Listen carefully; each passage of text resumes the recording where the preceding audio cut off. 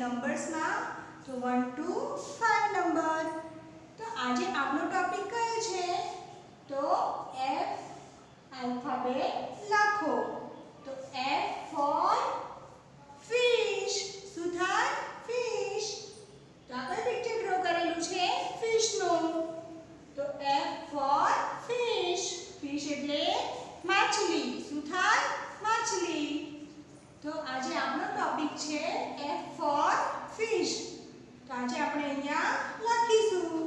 તો ચલો એકવાર આપણે A to E આલ્ફાબેટ બોલી લઈએ. તો A for apple, B for ball, C for cat, D for doll, E for elephant અને હવે છે F for fish. તો આજે આપણે અહીંયા લખીશું. લખતા શીખીશું ને. અહીંયા આપણે ડોટવાળા કરીશું અને અહીંયા આપણે પેટર્ન દ્વારા લખતા શીખીશું. ઓકે? તો ચલો હવે આપણે સ્ટાર્ટ કરીએ. તો સૌ પહેલા હું क्या કરીશ? ડોટવાળા. તો ડોટવાળો F બનાવીશ. ઓકે? તો અહીંયા હું કરીશ ડોટવાળો F.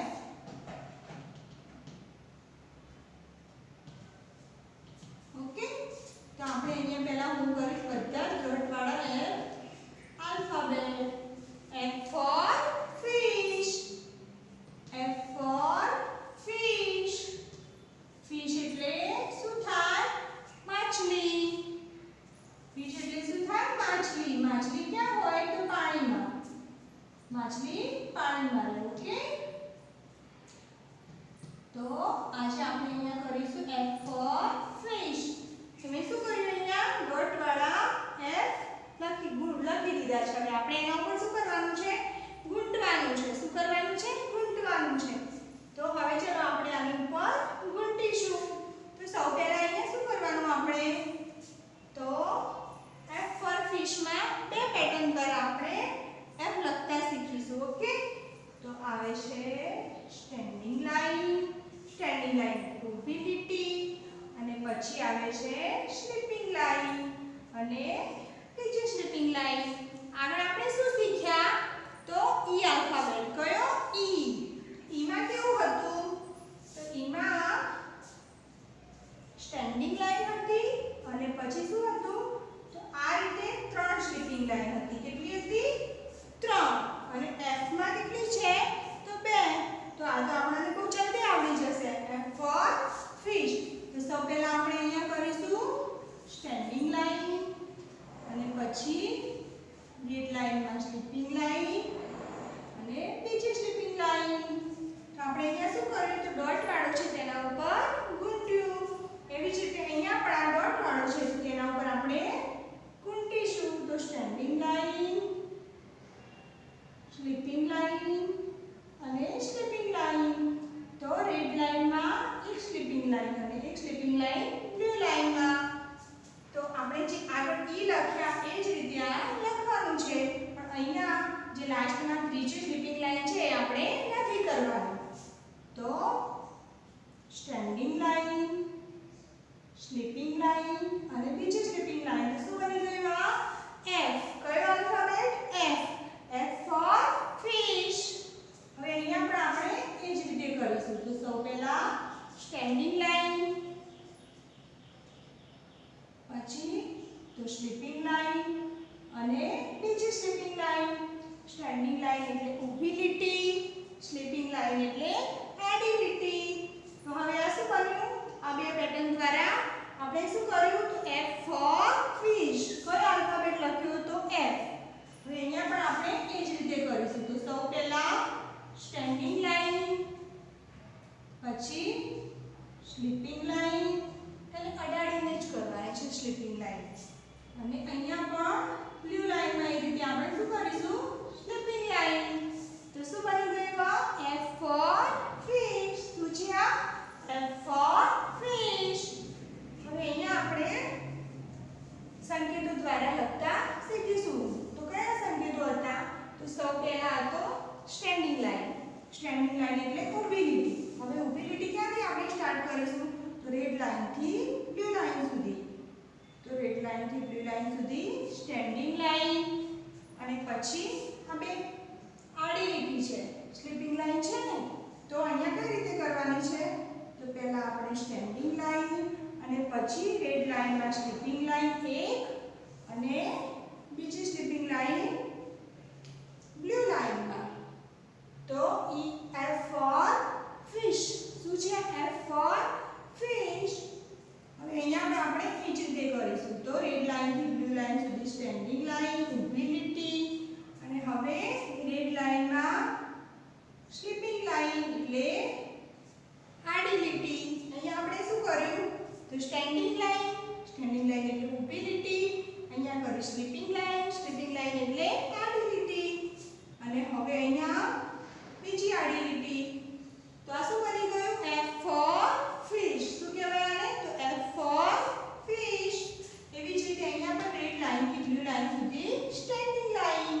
આવી આપણે પહેલા સ્ટેન્ડિંગ લાઈન બનાવીશું, અને હવે તો આ બે લાઈન આપણે અહીંયા જોડીશું. તો સ્ટેન્ડિંગ લાઈનને જોઈન્ટમાં જ આ રીતે સ્લીપિંગ લાઈન અને આ બ્લુ લાઈનમાં બીજી સ્લીપિંગ લાઈન. તો શું બની ગયું? આ F for fish. શું છે આ? ફિશ. તો F for fish. હવે અહીંયા આપણે રેડ લાઈન થી બ્લુ લાઈન સુધી શું કરીશું? Standing line. તો સ્ટેન્ડિંગ લાઈન, અને હવે શું બાકી રહ્યું? તો સ્લીપિંગ લાઈન. તો એક સ્લીપિંગ લાઈન, બે સ્લીપિંગ લાઈન. કેટલી હોય છે આમાં સ્લીપિંગ લાઈન? તો 2.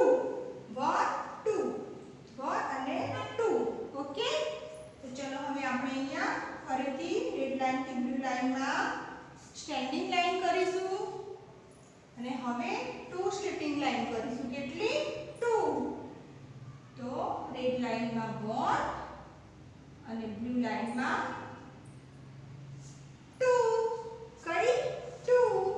1 અને 2 બે આપણે સ્લીપિંગ લાઈન કરી.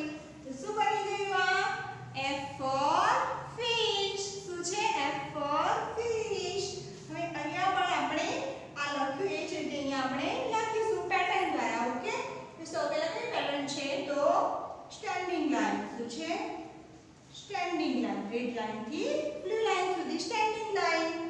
હવે રેડ લાઈનમાં સ્લીપિંગ લાઈન એટલે આડી લીટી, અને બ્લુ લાઈનમાં બીજી સ્લીપિંગ લાઈન એટલે આડી લીટી. તો કેટલી સ્લીપિંગ લાઈન કરી આપણે? તો 1 2. કેટલી કરી આપણે? 2. ઓકે. તો શું બની ગયું? આ F for fish. શું છે આ? તો F for fish. હવે અહીંયા પણ આપણે એ જ રીતે કરીશું. તો રેડ લાઈન થી બ્લુ લાઈન સુધી સ્ટેન્ડિંગ લાઈન, અને હવે શું કરીશું આપણે? તો સ્લીપિંગ લાઈન અને સ્લીપિંગ લાઈન. તો શું બની ગયું? આ F for fish. શું છે આ? તો F for fish. હવે અહીંયા પણ આપણે આ જ રીતે લખીશું. તો સૌ પહેલા શું આવશે? Standing line. શું છે આ? Standing line. તો રેડ લાઈન થી બ્લુ લાઈન સુધી આપણે શું કરીશું? Standing line. તો અહીંયા આપણે કરીશું સ્ટેન્ડિંગ લાઈન, અને હવે આપણને કઈ છે? તો સ્લીપિંગ લાઈન. 1 અને 2 બે કરવાની છે. ઓકે. તો પહેલા રેડ લાઈનમાં 1 અને બ્લુ લાઈનમાં 2.